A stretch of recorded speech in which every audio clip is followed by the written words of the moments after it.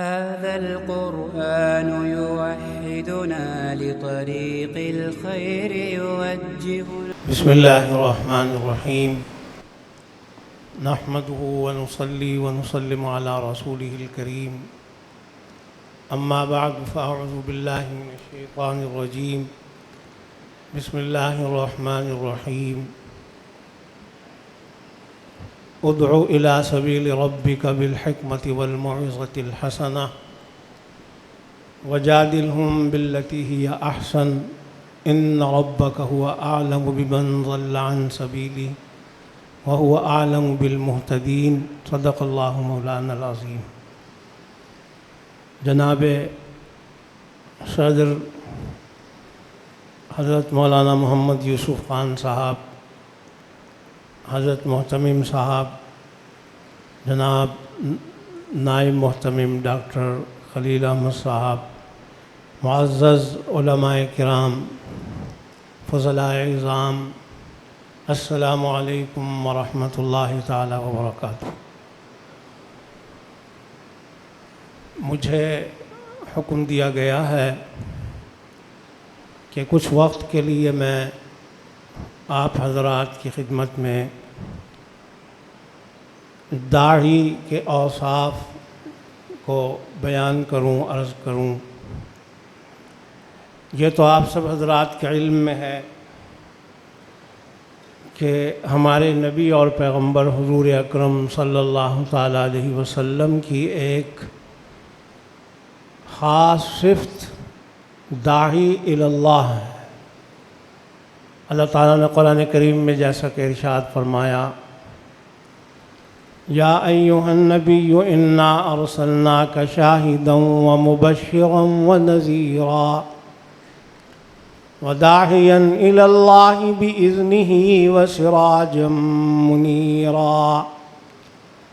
یہاں اللہ تعالیٰ نے جہاں اور بہت سے اوصاف نبی کریم صلی اللہ علیہ وسلم کے بیان فرمائے ہیں، وہاں آپ کا ایک وصف داعی الی اللہ وداعیا الی اللہ باذنہ، اس کو ذکر فرمایا. ایک مقام پر چند مزید اوصاف بھی آپ کے ذکر فرمائے گئے ہیں.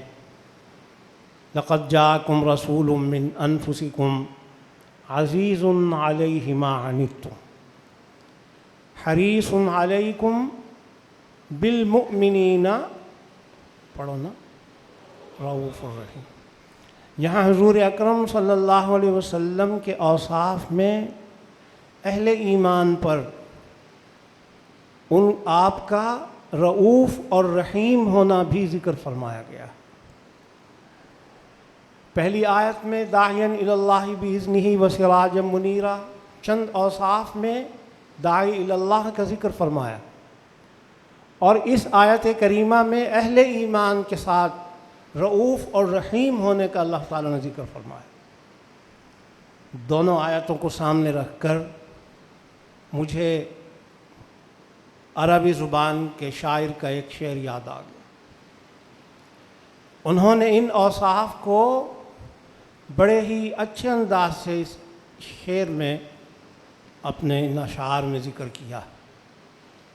فرمایا، سلام علی خیر الانام وسیدی، سلام علی خیر الانام وسیدی حبیب الہ العالمین محمدی بشیر نذیر ہاشمی مکرمی. بشیر نذیر، بشیر نذیر ہاشمی مکرمی عطوف الرؤوف من یسمی باحمدی. 8 اوصاف نبی کریم صلی اللہ علیہ وسلم کے انہوں نے کیسے خوبصورت انداز میں یہاں جمع فرما دیا. خیر، مجھے تو یہ ذکر کرنا ہے وداعیا الی اللہ باذنہ، کہ آپ داعی الی اللہ ہیں.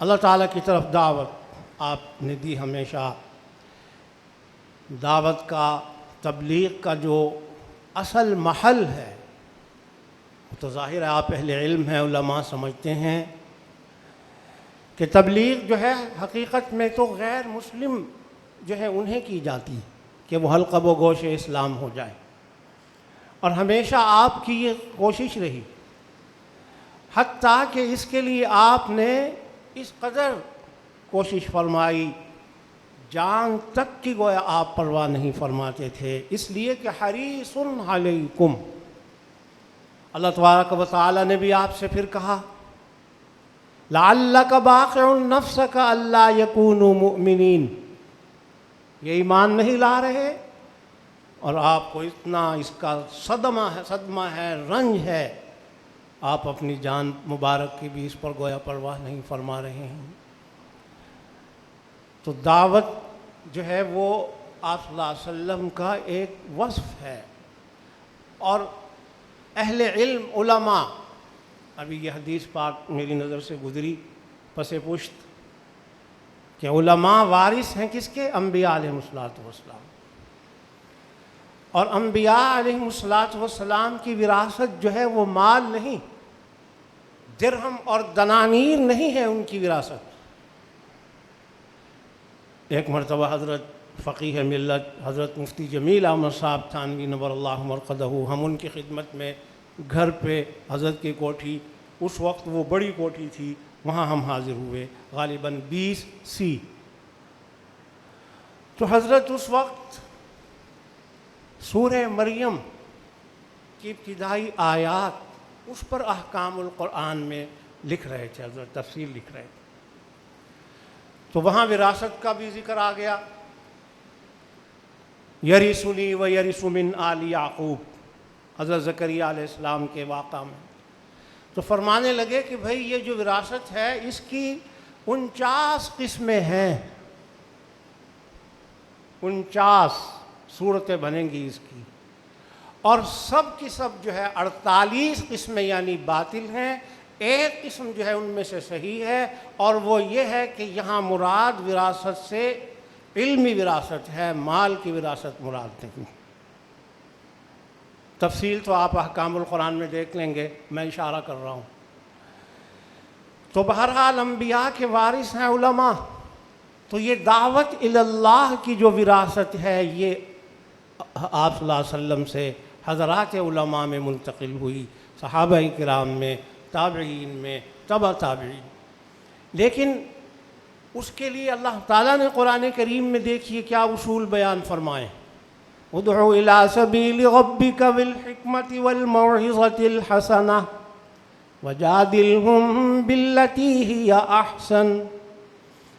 دعوت کے لیے بھی کچھ آداب ہیں، کچھ اصول، بڑا نازک مرحلہ ہے، کسی کو دعوت دینا، تبلیغ کرنا یا تذکیر کرنا، اس کے بھی اصول ہیں، اس کے بھی آداب۔ تو اللہ تعالیٰ یہاں نبی کریم صلی اللہ علیہ وسلم کو بھی فرما رہے ہیں ادعو الی سبیل ربک، کہ آپ دعوت تو دیجئے اللہ تعالیٰ کے راستے کی طرف، اپنے رب کے راستے کی طرف، لیکن بالحکمت والموعظۃ الحسنہ، یہ دعوت حکمت کے ساتھ ہوگی اور اچھے انداز سے ہوگی۔ دراصل دعوت کے لیے بڑی بصیرت کی ضرورت ہے، بڑی حکمت کی ضرورت ہے، اور انداز بھی بڑا حکیمانہ اور دھیما اور پیارا اور البیلا انداز جو ہے اختیار کرنا پڑتا ہے، خشونت نہ ہو، سختی نہ ہو انداز میں۔ حدیث میں آ بھی گیا بشرا ولا تنفرا ویسرا ولا تعسرا، اور بعض روایت میں بشرو جمع کے صیغہ کے ساتھ بھی ہے۔ ایسے انداز سے گفتگو کیجئے کہ دوسرے آدمی پر اس کا اثر ہو، حکمت کا یہی تقاضا ہوتا ہے کہ انداز بھی اچھا ہو اور حکیمانہ انداز، مؤثر انداز دعوت دینے والے کا، اس کا اثر ہوتا ہے، اس کا نفع ہوتا ہے۔ وذکر فإن الذکریٰ تنفع المؤمنین۔ شیخ الاسلام علامہ شبیر احمد عثمانی رحمۃ اللہ علیہ فرماتے ہیں کہ جب آدمی کسی کو دعوت دیتا ہے، کوئی اچھی بات کہتا ہے، پھر اگر وہ مؤثر نہیں ہو رہی تو اس پر غور کرنا چاہیے، اس کی وجہ کیا ہے۔ حضرت فرماتے ہیں اگر صحیح بات ہو بات حق ہو، قرآن و حدیث کے مطابق بات ہے، سنت کے مطابق بات ہے، اسلامی بات، صحیح بات، شریعت کی بات، وہ آپ کہہ رہے ہیں اچھی نیت سے کہہ رہے ہیں. ایک شرط یہ ہے کہ نیت آپ کی صحیح ہو. حکیم الامت حضرت مجدد ملت مولانا شاہ اشرف علی تھانوی رحمہ اللہ تعالی فرمایا کرتے تھے کہ تم جو فلاں کو نکیر کر رہے ہو، تم بتاؤ اس وقت تم اپنے آپ کو کیا سمجھ رہے ہو؟ کیا سمجھ کے دوسرے پر نکیر کر رہے ہو؟ اپنے آپ کو کیا سمجھ رہے ہو؟ اس سے بڑا تو نہیں سمجھ رہے. تو اگر دعوت دینے والے میں یا بات کہنے والے میں بڑائی آ جائے، نیت اس کی خدا نخواستہ صحیح نہ ہو، تو یہ بھی بڑا مسئلہ ہے. تو علامہ عثمانی نے کیا فرمایا؟ بات بھی صحیح ہو، طریقہ بھی صحیح ہو، نیت بھی صحیح ہو، وہ نصیحت، وہ بات ضرور اثر انداز ہوگی. وَذَكِّرْ فَإِنَّ الذِّكْرَى تَنفَعُ الْمُؤْمِنِينَ. لیکن ان امور ثلاثہ میں سے کوئی اگر شرط مفقود ہو گئی، اذا فات الشرط فات المشروط، پھر وہ اثر نہیں ہوگا جو کہ ہونا چاہیے تھا. تو دعوت دینے والوں میں بھی ہمدردی کا جذبہ ہونا یہ بہت ضروری ہے. ان کے دل میں بڑائی نہ ہو اور ہمدردی کے جذبہ کے ساتھ وہ یہ بات اس کو کہیں، اچھے انداز سے کہیں، خشونت نہ ہو، سختی نہ ہو اس کے اندر، پیغمبرانہ اسلوب. دیکھیے قرآن کریم میں اللہ تعالیٰ نے کیا فرمایا، کس کو؟ سیدنا حضرت موسیٰ علیہ السلام کو اور حضرت ہارون علیہ السلام کو. اب یہ دونوں کہاں جا رہے ہیں؟ کس کے پاس جا رہے ہیں؟ اس شخص کے پاس جا رہے ہیں جس نے یہ دعویٰ کیا تھا انا ربکم الاعلی، کہ میں تمہارا بڑا رب ہوں. اب دیکھیے وہ اپنے آپ کو کیا کہہ رہا ہے اور کیا سمجھ رہا ہے، بڑا ظاہر کر رہا ہے، بلکہ رب کہہ رہا ہے ربکم الاعلی، رب بھی بڑا رب ہوں میں تمہارا. اور کتنی اس کے پاس طاقتیں ہیں، کتنی قوتیں ہیں، سارا ملک اس کے پاس ہے، سب کچھ ہے. اور اللہ کا کتنا نافرمان ہے، وہ کس قدر اللہ کی نافرمانی کر رہا ہے، بغاوت باغی ہے، رب ہونے کا دعوے دار ہے. اللہ تبارک و تعالی وہاں اپنے ان دو نبی اور دو پیغمبروں، دو بھائیوں کو بھیج رہے ہیں، لیکن ساتھ ساتھ کیا فرما رہے ہیں؟ فَقُولَا لَهُ قَوْلًا لَيِّنًا لَعَلَّهُ يَتَذَكَّرُ أَوْ يَخْشَىٰ. تم نے بات وہاں نرم بات کہنی ہے، نرم بات کہنی ہے. یہ نہیں کہ ان کے پاس طاقت نہیں تھی حضرت موسیٰ اور حضرت ہارون کے پاس، ایسا نہیں تھا. ان کے پاس تو وہ طاقت تھی جو کسی کے پاس ہو نہیں سکتی، اس لیے کہ اللہ نے ان کو یہ فرما دیا تھا اننی معکما اسمع و ارا، میں تمہارے ساتھ ہوں.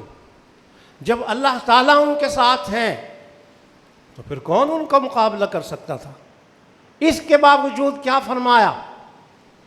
فَقُولَا لَهُ قَوْلًا لَيِّنًا. تم نے وہاں جو بات جا کر کہنی ہے نرم بات کہنا، لَعَلَّهُ يَتَذَكَّرُ أَوْ يَخْشَىٰ، شاید ڈر جائے، نصیحت.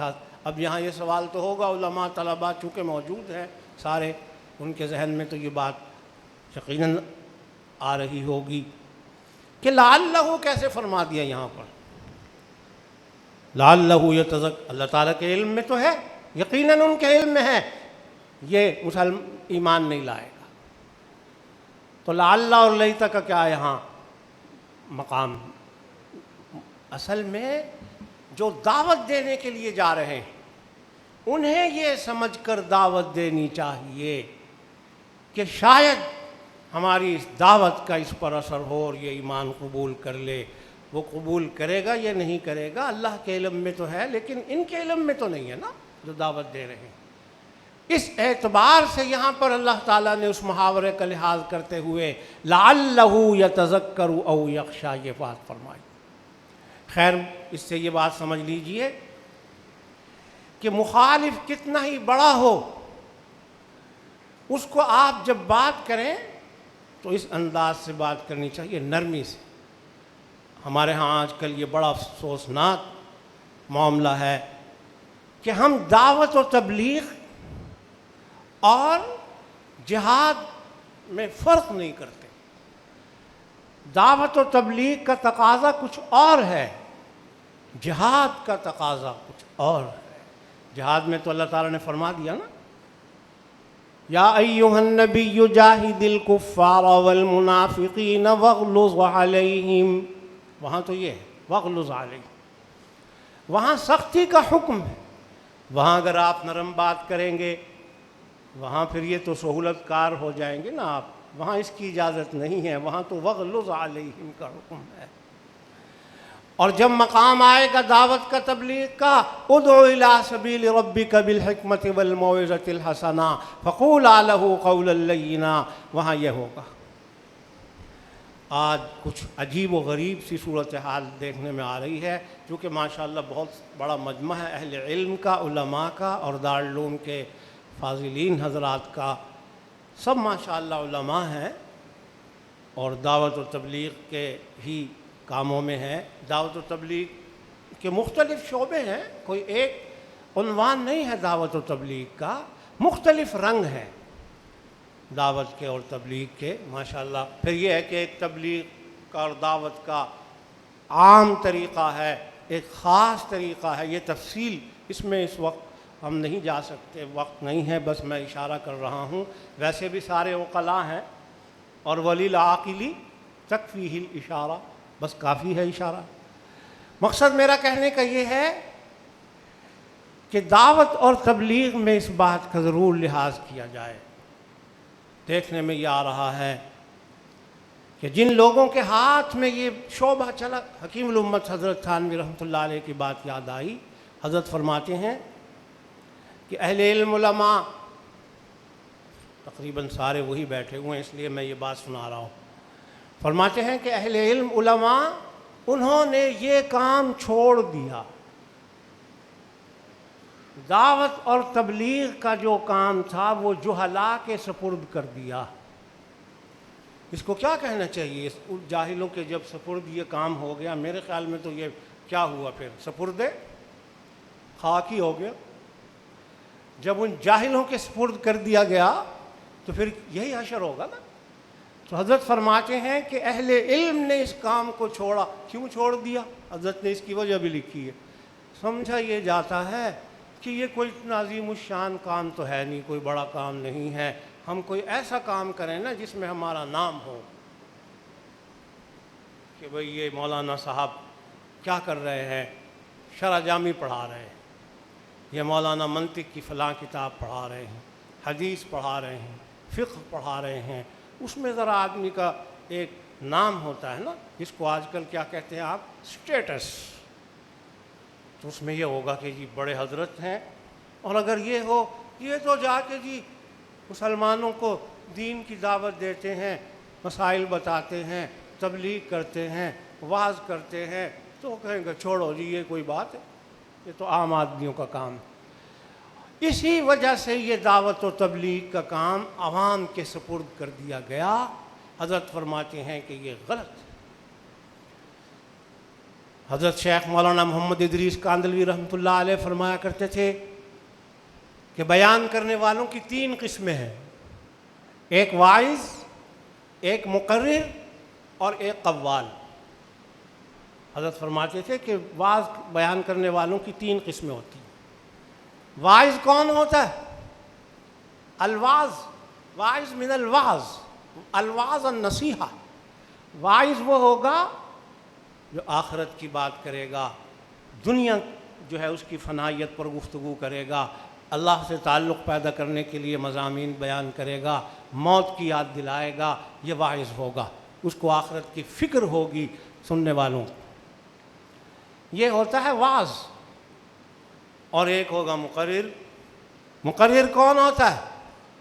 قرر یقرر تقریرا، کہ وہ ایک دعویٰ کرے گا، اس کا ایک دعویٰ ہوگا، میں فلاں موضوع پر گفتگو کروں گا اور یہ میرا عنوان ہے، اور اس کے مطابق پھر وہ اپنے دعویٰ پر دلائل پیش کرے گا، دلائل چاہے وہ کسی قسم کے بھی ہوں، اور وہ دلیل دعوے کے مطابق ہے یا نہیں، تقریب تام ہو رہی ہے یا نہیں ہو رہی، یہ الگ بحث ہے۔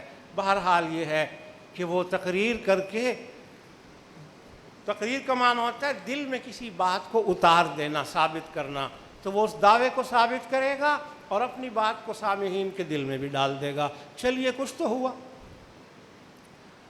اب اگر وہ بات اچھی ہے، دعویٰ اس کا اچھا تھا، دلائل کی روشنی میں اس نے وہ ایک اچھی بات دل میں اتار دی، فائدہ ہوا اس کا۔ خدا نخواستہ اگر حضرت کا دعویٰ ہی گڑبڑ تھا تو وہ دلائل سے اس نے دل میں اتار کے وہ اس کا بھی بیڑا غرق کر دیا۔ نمبر 3، تیسرے درجے پر فرمایا کہ ایک ہوتا ہے قوال۔ قوال کا مطلب یہ نہیں ہے جو ہمارے عرف میں بہت سے لوگوں کو کہتے ہیں جی یہ بڑے اچھے قوال ہیں، وہ ایک الگ ہے۔ قوال کا معنی وہ بھی مشہور تو ہے اگرچہ عرف میں، لیکن حضرت تو عربی زبان کے اعتبار سے فرما رہے ہیں نا قوال، زیادہ بولنے والا، اس میں مبالغہ کا صیغہ ہے نا، یہ قوالن، جو بہت بولتا ہے۔ کیا بولتا ہی چلا جا رہا ہے، بس بولتا ہی چلا جا رہا ہے۔ کیا گھنٹہ ہو گیا جی حضرت کو، 1.5 گھنٹہ ہو گیا، 2 گھنٹے ہو گئے، کیا بول رہے ہیں جی حضرت کو ہی نہیں پتا۔ سننے والوں کو تو سمجھ میں آئے گی یا نہیں آئے گی، خود بولنے والے جو حضرت ہیں قوال، ان کو بھی نہیں پتا کہ ہم نے کیا کہا۔ ہاں یہ ضرور ہوا کہ سامعین نے بڑا اچھا اثر لیا کہ کمال ہو گیا جی، آج تو 3 گھنٹے بات کی، اور بڑے جناب انہوں نے بیان کے اندر بازو ہلائے، ہاتھ ہلائے، کمال کر دیا۔ ہمارے ہاں ایک عالم تھے علاقے میں، وہ خود اپنا لطیف، بھئی وقت اگر پورا ہو جائے مجھے بتا دینا کتنا رہ گیا ٹائم میرے وقت میں۔